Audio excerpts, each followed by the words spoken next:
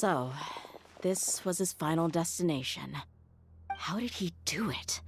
Getting past all the guards with a limp and sneaking. If he was nimble enough to do that, then he must have been able to get out of here. Dehya. I'm sorry. I know it's just wishful thinking.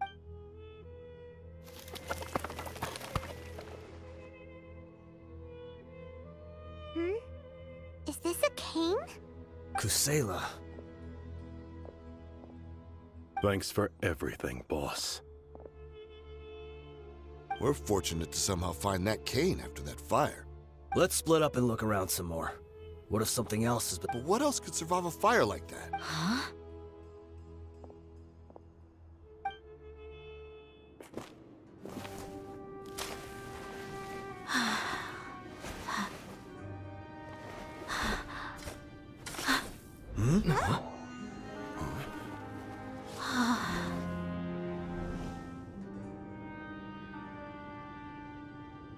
Thought so.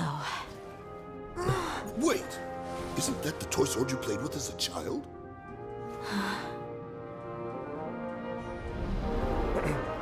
The dragon is no more, for Princess Dehya has slain it. Its head now hangs above the city gates. Her bravery has brought eternal peace and prosperity to us all. Dehya, come on. This is the most important line.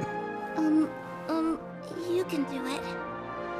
But Dehya, you defeated the dragon. Everyone's waiting for your speech. Still too shy, huh? All right, I'll do it. I hereby proclaim our victory. Evil shall plague us no more.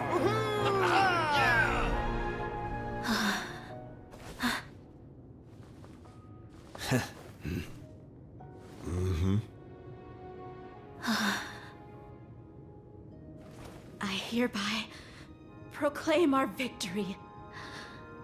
Evil shall plague us no more, Dad.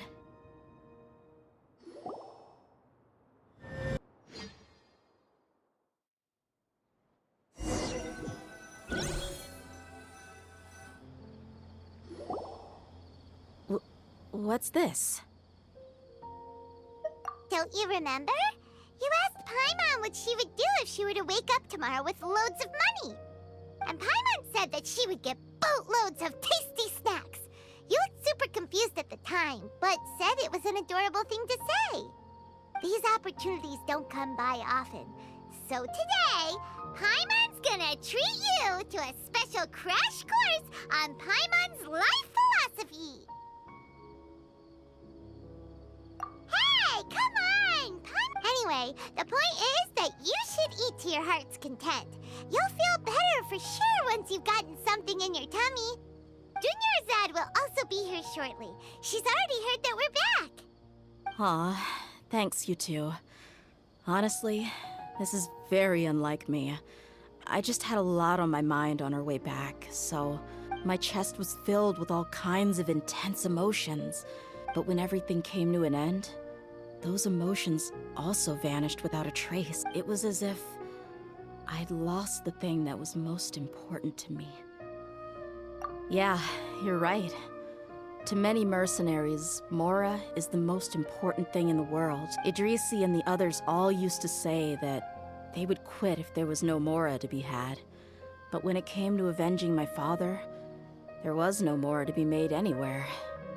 My reality shattered when I found out that the father who always told me hero stories was in fact a bad guy. Despite all my promises, we're hypocrites. All of us. Yeah, you're right. You're back! Are all of you all right? Ah, there she is. Yeah. Many people from the Corps of 30 came over, and I just wrapped up everything with— Huh? Dehya, you're looking quite down again. Paimon will explain. A lot happened while we were gone. I'm sorry. I really should have controlled my— It's all right, my lady. You were hurt by all of this as well. Truth be told, I'm starting to feel a little guilty watching you cry like this. Dehya, oh, your pain must be even worse. You shouldn't need to comfort me. Hey, don't worry about me. If anything, This whole thing has finally shown me the difference between illusion and reality. My father probably thought that people could settle into new lives as long as they moved to a new environment. That thought has even crossed my mind a few times. It's like saying, what's wrong with adapting to a new life? However, there was always something deep within my mind that refused to accept it. But now that I consider it again, it all makes sense. I understand how you feel. That doesn't mean I won't be making any changes to my life, though. It's just like Idrisi said. I also want to catch up to my father and become... Even if the ending of the story may be childish and ridiculous, it won't really... Isn't that neat, though? Oh, you'll be a whole new kind of mercenary, one that's not out for Mora. Why don't we go for a change of scenery once we finish eating? What about stopping by the Grand Bazaar again? Right. You said you wanted to get a rug for your family. We'll come along too. I can't thank you enough for taking care of...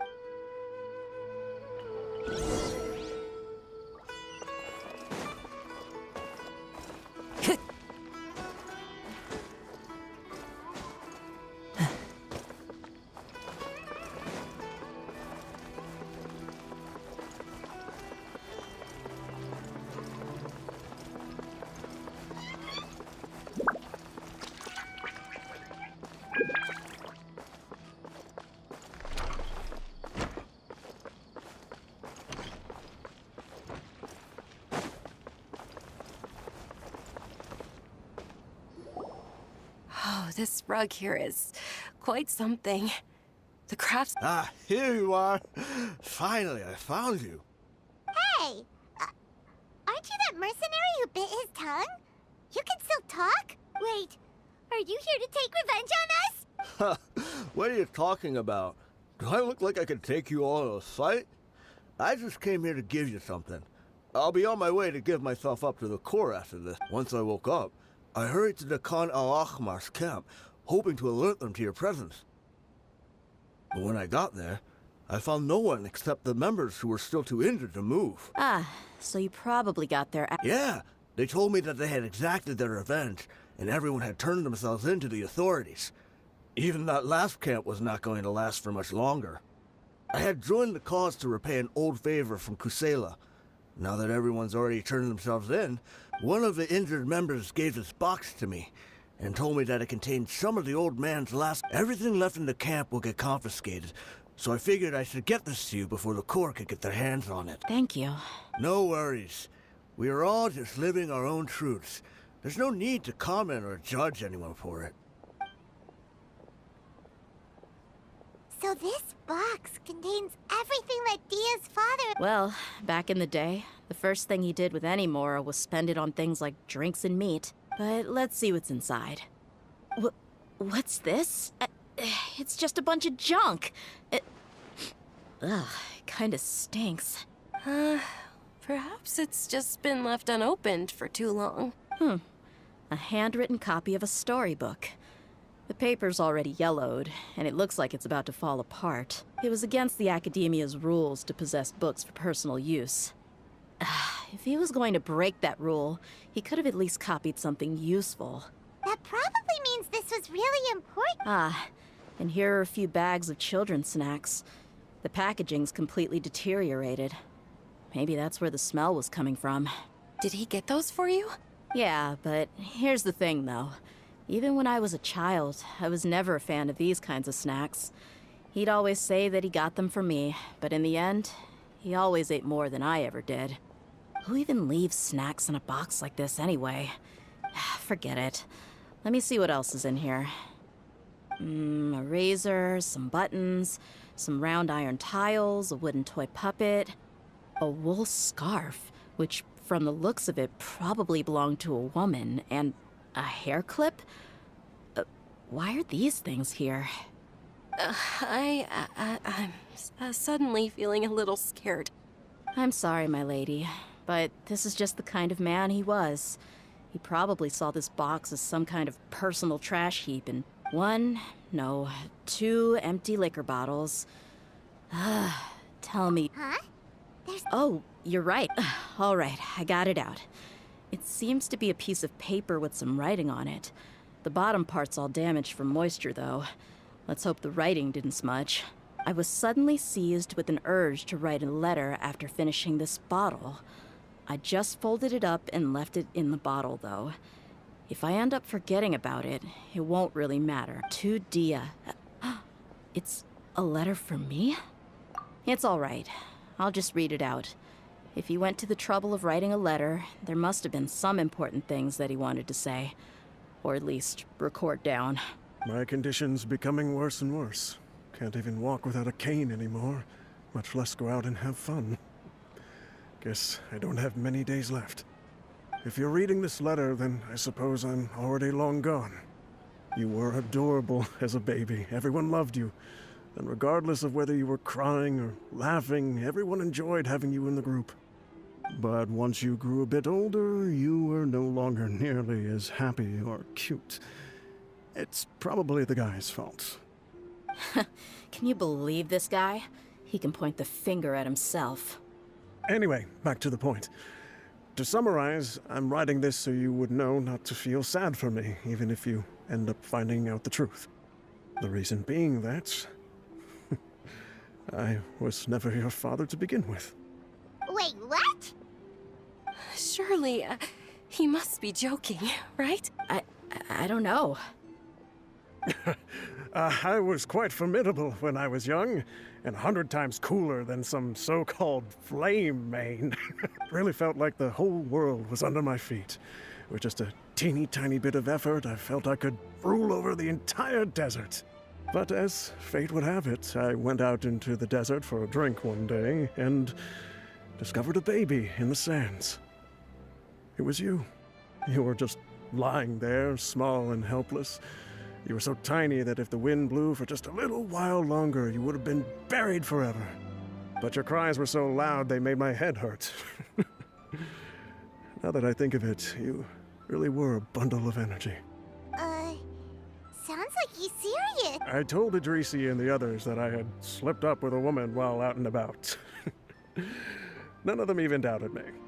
I'm sorry that I had to lie to them for so long, but I really had no other choice.